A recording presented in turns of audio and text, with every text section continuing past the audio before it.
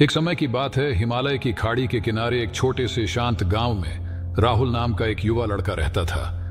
राहुल अपने क्रोधी स्वभाव और चंचल मन के कारण गांव भर में प्रसिद्ध था। उसका मन हर समय विचारों से भरा रहता था, मानो कि उसके विचारों के तूफान ने उसके मन को एकदम बेचैन कर दिया था। उसके जीवन से शांति मानो गायब हो गई थी और वह हमेशा अपने ही ख्यालों में खोया रहता था और तनावपूर्ण जीवन जी रहा था। उनके अशांत मन और क्रोध के कारण उनके अपने परिवार के सदस्यों और गांव वालों से भी संबंध अच्छे नहीं थे, जिससे वह और भी अधिक अकेला और अपमानित महसूस करने लगा। वह और भी अधिक मानसिक तनाव की स्थिति में चला जाता है। एक समय की बात है, राहुल अपने गांव की गलियों में घूम रहा था। तभी उसकी मुलाकात एक बौद्ध भिक्षु से हुई, जो एक पेड़ की छाया के नीचे ध्यान में बैठे थे। बौद्ध भिक्षु के चेहरे से निर्मल शांति की आभा झलक रही थी। इस असीम शांति में राहुल बौद्ध भिक्षु की ओर आकर्षित हुआ। जब राहुल बौद्ध भिक्षु के करीब आया तो उसे अपने आसपास एक सकारात्मक ऊर्जा का एहसास हुआ। उसे एहसास हुआ कि इस असीम शांति और सकारात्मक ऊर्जा का स्रोत कहीं न कहीं इस बौद्ध भिक्षु के भीतर ही है। इसीलिए वह वहीं बैठकर उसकी आंखें खुलने का इंतजार करने लगा। थोड़ी देर बाद जब बौद्ध भिक्षु की आंख खुली तो उसने एक युवा लड़के को अपने सामने बैठा पाया, जो बहुत तनावग्रस्त और नकारात्मक भावनाओं से भरा हुआ लग रहा था। राहुल ने बौद्ध भिक्षु की ओर उदार भाव से देखा और बहुत विनम्रता से कहा, मालिक, मेरा मन बहुत अशांत है और मेरे मन के विचार मुझे खाए जा रहे हैं। मुझे एक पल के लिए भी शांति महसूस नहीं होती। क्या आप मुझे सिखा सकते हैं कि मैं अपने अशांत मन को कैसे शांत करूं? बौद्ध भिक्षु ने राहुल की पीड़ा को समझते हुए करुण दृष्टि से देखा और कहा, मेरे प्यारे बच्चे, मैं तुम्हें एक कहानी सुनाना चाहता हूँ। इस कहानी में मानसिक शांति और खुशी के रहस्य छिपे हैं। क्या आप कहानी सुनना चाहेंगे? राहुल ने हाँ में सिर हिलाया और पूरी एकाग्रता से कहानी सुनने को तैयार हो गया। उनके अंदर जिज्ञासा चरम पर थी। वो कहानी सुनने को बेताब था। उन्होंने कहानी सुनाना शुरू किया और कहा कि बहुत समय पहले की बात है। एक नगर में शक्ति नाम का एक आदमी रहता था।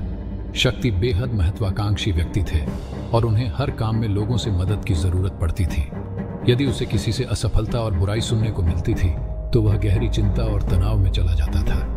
उनका मानना था कि सफलता और भौतिक शक्तियां वांछित खुशी देंगी, लेकिन वह जितना सफलता और प्रशंसा के पीछे भागता था उतना ही मानसिक तनाव में डूबता जाता था। लेकिन अचानक शक्ति का सामना उस समय के मशहूर बौद्ध भिक्षु से हो गया, जिसका नाम महाकौशल था। महाकौशल अपने शिष्यों को ध्यान की शिक्षा देते थे और वह स्वयं एक बहुत ही ध्यान मग्न और प्रबुद्ध व्यक्ति थे। महाकौशल की अद्भुत एकाग्रता से प्रभावित शक्ति ने उनसे अपने भटकते मन को शांत करने का उपाय जानना चाहा। शक्ति ने कहा कि महंत में हमेशा सफलता के पीछे भागता हूं और लगातार अधिक हासिल करने की कोशिश करते हूं, फिर भी मुझे कोई क्षणिक संतुष्टि या आत्मसंतुष्टि नहीं मिलती।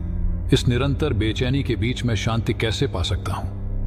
बौद्ध भिक्षु ने करुण दृष्टि से उसकी ओर देखा और उत्तर दिया, आपका मन एक अशांत नदी की तरह है जो हमेशा बहती रहती है। आप कभी भी शांत नहीं रह सकते। इसलिए इस अशांत मन को शांत करने के लिए आपको अपने विचारों को बिना किसी रुकावट के जाने देने की कला सीखनी होगी। शक्ति को आश्चर्य हुआ और उसने पूछा कि मैं अपने विचारों को कैसे जाने दूं? आखिर मैं भी तो अपनी इच्छाओं और महत्वाकांक्षाओं से बंधा हुआ हूं। यह सुनकर बौद्ध भिक्षु मुस्कुरा दिए। बौद्ध भिक्षुक ने कहा, कल्पना करें कि आपके हाथ में पानी का एक गिलास है।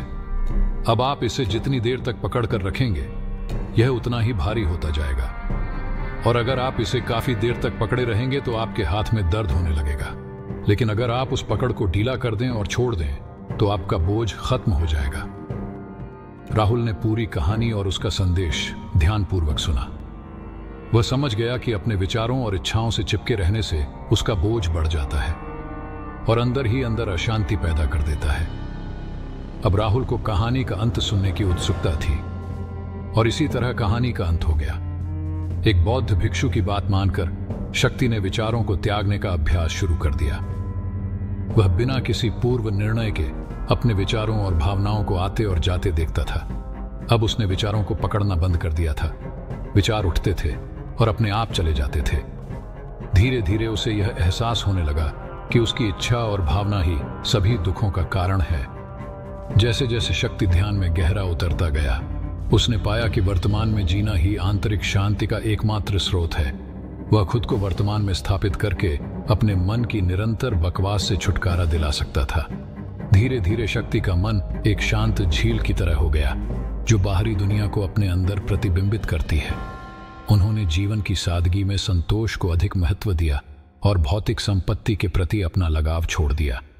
जैसे ही शक्ति में ऐसे बदलाव की खबर लोगों के बीच फैली, दूर दूर से लोग मार्गदर्शन लेने आने लगे। लोगों को विचारों को मुक्त करने की कला सिखाना और उन्हें अपने भीतर शांति खोजने के लिए मार्गदर्शन करना, वह लोगों के बीच शांति और ज्ञान का प्रतीक बन गया। शक्ति और साधु की कहानी समाप्त कर महाकौशल बौद्ध भिक्षु कुछ देर के लिए चुप हो गए, ताकि इस कहानी का अर्थ राहुल के मन में अच्छी तरह बैठ जाए। राहुल ने बौद्ध भिक्षु की ओर देखा तो उसकी आंखों में अब एक नई समझ दिखाई दे रही थी। राहुल ने धीरे से कहा कि मुझे इस कहानी में ज्ञान दिखता है, लेकिन मैं इसे अपने जीवन में कैसे लागू करूं? मैं अपने अशांत मन को कैसे शांत कर सकता हूं? राहुल के इस सवाल पर बौद्ध भिक्षु गर्मजोशी से मुस्कुराते हैं और फिर कहा कि अशांत मन को शांत करने का अभ्यास आत्म जागरूकता से शुरू होता है। भीतर उठने वाले विचारों का निरीक्षण करने के लिए प्रतिदिन कुछ समय निकालें। उन भावनाओं पर ध्यान दें जो आपके मन में आती हैं और देखें कि वे कैसे आती हैं और आकाश में गुजरते बादलों की तरह चले जाएं। राहुल ने आंखें बंद कर लीं और बौद्ध भिक्षु के कहे अनुसार अपने विचारों का अवलोकन करने लगे। जैसे ही उसने अपने भीतर उठने वाले विचारों पर ध्यान देना शुरू किया, उसे इसका एहसास हुआ। उसे अपने अंदर चिंता और इच्छाओं की एक निरंतर धारा बहती हुई महसूस हुई। सिर्फ एक एहसास ने ही उसे एक अद्भुत शांति का एहसास कराया। उसे यह भी एहसास हुआ कि यह सभी विचारों और भावनाओं से अलग है।